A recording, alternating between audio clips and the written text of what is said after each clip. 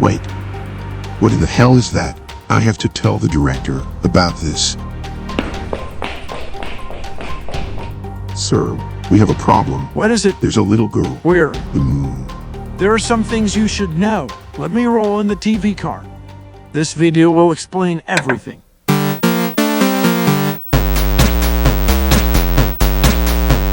It's the year of our Lord 2011, and scientists can only really agree on one thing.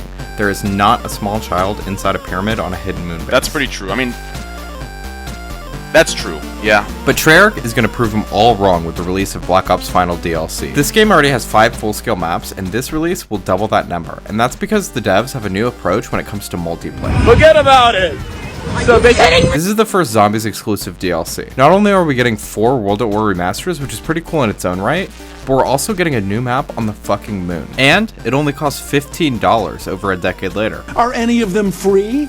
No, of course not. Nothing's free, you idiots. Grow the fuck up. You're not children anymore. But honestly, it was worth the money, because up to this point, each map had gotten bigger and bigger and bigger conceptually, and this map had the potential to be the craziest one yet. I mean, even the trailers for this map were absolutely unhinged.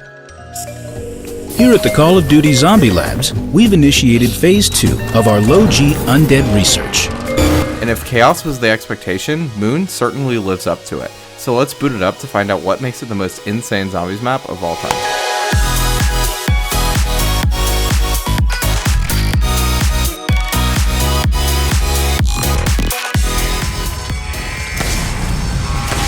Shit!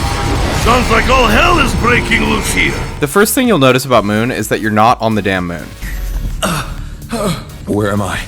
Instead, you spawn in Nevada, and it can be confusing in your first playthrough because nothing works the way it should at first. There's no round counter, no guns on the wall, and if you start playing like a normal map, you're gonna get fucked up. We have to stay here. That being said, this is the most unique starting room of all time. It starts slow, but as soon as you hear a siren beep, it gets very, very dangerous very, very quickly. I got double swiped right as the fucking buzzer went off. You can teleport to the moon to really start the game anytime you want, or you can just hang around earning points before round 1 even starts. And the map really tempts you to test your fate by making this the location for Juggernog and Speed Cola. Both perks have a 50-50 chance of being here when you spawn, and from there, they'll alternate each time you come back to Area 51. That means if you spawn in with Jug, it'll be a while before you see the machine again.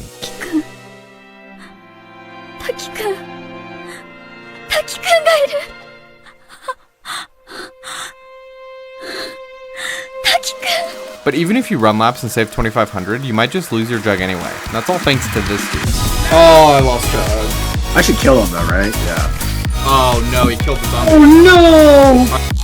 According to my very scientific poll, the perk stealing Moon Man is the worst boss enemy in Black Ops 1. He kinda just floats around following you, but if he ever catches up to you or you run into him around a corner, he'll grab you and teleport you, stealing one of your perks in the process. The good thing is, there are 2 ways to get out of it. You can spam your jump button while running backwards to escape, or just kill him right quick. If you do that, he'll stay away for a round, but when he does come back, he'll have more health than before, making it harder to take him out in an emergency. In a lot of ways, dude is kinda cool. He creates early game tension because he really could be behind any door you run through. Door stuck! Door stuck!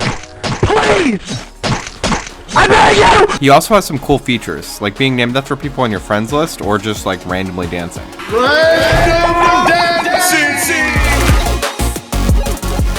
But the reason he's hated this much is he's just not balanced. There's really no reward for dealing with the guy like there was with past boss enemies. And that can be really frustrating, especially because it's really easy to run into him in a tight corridor, and Moon is full of those. Yes, genuine dick sucker! This is probably the strangest layout we've had in any map so far, and that's because it's very linear. You're on a moon base, and from spawn you have 2 options, take the tunnel to the left or the tunnel to the right.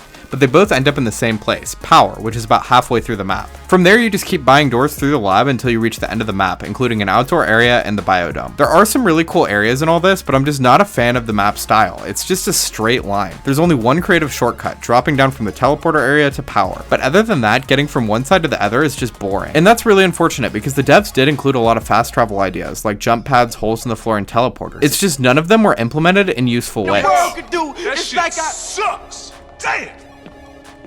The atmosphere is also a bit of a letdown. Before Moon's release, we were all sure this would be the coolest setting ever, but instead, it's all kind of just gray. Everything looks like it has a dramatic Instagram filter over it, which is also something that's really unfortunate, because when that was fixed in BO3 for the Chronicles remake, it was beautiful. How's this, Squidward? It's beautiful! Another thing that hurts the setting is the sound design. You need this helmet to breathe in outside areas, but when you have it on, you just can't hear anything. What? Mom. Excuse me. I get it, that's a real thing in space, but nothing else is realistic in COD Zombies. So why does this need to be? And it's like really bad. It makes the gameplay feel super empty, and it's just really hard to play solo. I think my favorite part of the moon map in terms of sound design is the airless environment. It significantly changes how the game sounds, and that's going to force people to play a different way. But one space thing they did get right is the gravity. Anytime you're outside, both you and the zombies will kind of just float around out of control. It's honestly just really fun and chaotic. And it's stuff like this that defines Moon, because there are so many new features, and basically all of them are designed to create chaos. Starting with the new special item, the Quantum Entanglement Device, or QEDs. These things are literally just chaos grenades. Throwing one could kill a zombie or give you a new gun. Maybe it'll attack your teammates or blow up a window. It could give you a free perk, or it could take one away. It can even spawn anti-power-ups, which have negative effects. They're just really fun to use because there's just a million possibilities.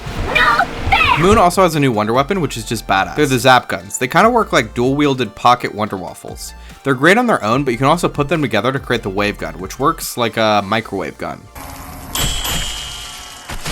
Also new to Moon is the Hacker, which is really cool. This thing can alter just about everything on the map. You can spin the box at any location, open doors for cheap, and give money to your friends. Or most importantly, hack the excavators. There are 3 of these around the map, and every like 5 rounds or so, one of them will go off. You'll hear a siren, then you've got to run back to spawn to hack this thing, or else it'll break through the ceiling of either Tunnel 11, Tunnel 6, or the Biodome, taking away your air and gravity. It's all just RNG which area is destroyed, which isn't really a problem unless you're doing the Easter egg.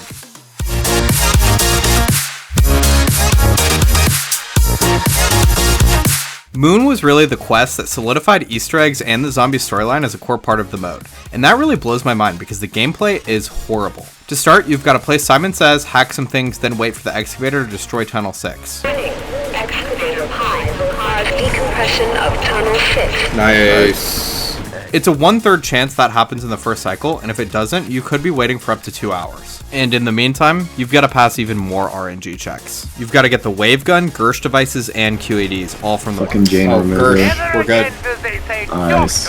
Once all that is done, you can start the actual quest. You've got to follow this ball around, fill up a soul cube, swap bodies with a child, type into a computer for 2 minutes, fill more soul cubes. You will never succeed in this. Edward. Play Simon Says 3 more times, and then blow up the earth. Woo! It did the thing. And yeah, I get it. It does sound simple, but the theme of this map is chaos, and the quest is no different. It seems like something goes wrong in every single playthrough. Maybe someone goes down and loses the Gersh devices at the wrong time. Nice! Let's fucking go. Or maybe someone else dies as soon as they get them from the box. Oh no!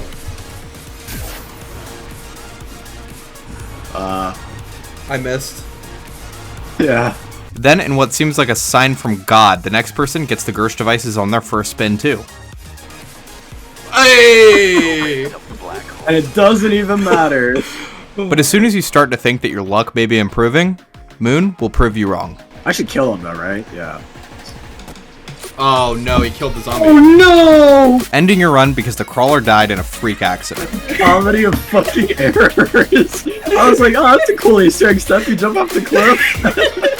But for as frustrating as it can be, we all suffered through this gameplay for the story reveals. It turns out Samantha's in the pyramid, and she controls the zombies. And in all the quests leading up to this, we were actually helping Richtofen get the parts he needs to swap bodies with her, so he can control the zombies instead. But when that happens, Samantha's dad actually has us blow up the earth to stop him. It's really 2 huge centerpiece moments that had forms blowing up at the time. And after all that, you could go back to Earth to see the destruction you just caused. The main quest was iconic, but Moon was also the first map to have some deep side content too. Like normal, there are radios, but you can also collect film canisters, then play them in the lab. And for the first time, there are also 2 music Easter eggs. Like normal, you can press F on 3 bears around the map to play an original song. Elena Siegman went off for Coming Home.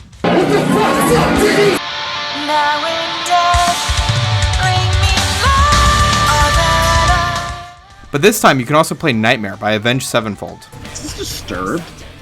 And this music Easter egg is wild, because there's such a strange set of circumstances to make it happen. Both Tunnel 6 and 11 need to be destroyed, and you have to jump off this cliff. And I guess we did that by accident. There was also this BS rumor that a space dog would show up after round 30. Treyarch heard about that and added it in the Chronicles remaster as a side quest, which honestly is just really cool. And with how much actually made it into Moon, there's basically no known cut content, except the map's location. It was originally set in Paris. There was a teaser about that as far back as Der Reese, and the map's console name is literally ZM Paris. But I think switching back to the Moon was a good thing, because Area 51 space and the whole Samantha thing just made Moon hit different, and people loved it as a finale for BO1. That's why it gets a 10 for reception. It also gets a 10 for innovation with all the new items and story. It gets a 7 for replayability, a 3 for casual, and a 10 for setting. Averaged together, that's an 8 even, barely sliding into A tier. All right, Neil, does this clear it all up for you? No, it really does not. Honestly, it makes me think you have gone insane. I think I'm going to put my 2 weeks notice in. Wait, shut the fuck up. There is one more scene. Alright, if you're still here, you made it through the Bill Nye jokes. Thanks for watching. Subscribe if you enjoyed. One thing I like to do kind of at the end of these videos is go through polls that I posted on the channel. So this week I have the best hidden song in World at War and Black Ops. And to no one's surprise, Beauty of Annihilation and 1151. I love how much love Lullaby for a Dead Man was getting. That song's a banger. But almost as many people voted for the radio campaign songs in Noct as they did the one, which is just absolutely wild to me. And I don't think Coming Home got enough love, because that's a really good song. But as for like this video, this one was kind of hard to make because I feel like I have really flip-flopped on Moon over the time. At one point I thought I was going to give it a D, but just like going through and playing it all, like it added so much to this series that I think we don't appreciate nowadays. But also for how poorly designed a lot of it is, Moon is just like so fun to play. And looking ahead to BO2, I'm kind of planning something big. I'm gonna try something a little different. It might take a little more time, but I'll post updates in the Discord. But in between that, we'll hit Dead Ops Arcade and maybe a custom map or two. But other than that, thanks for watching.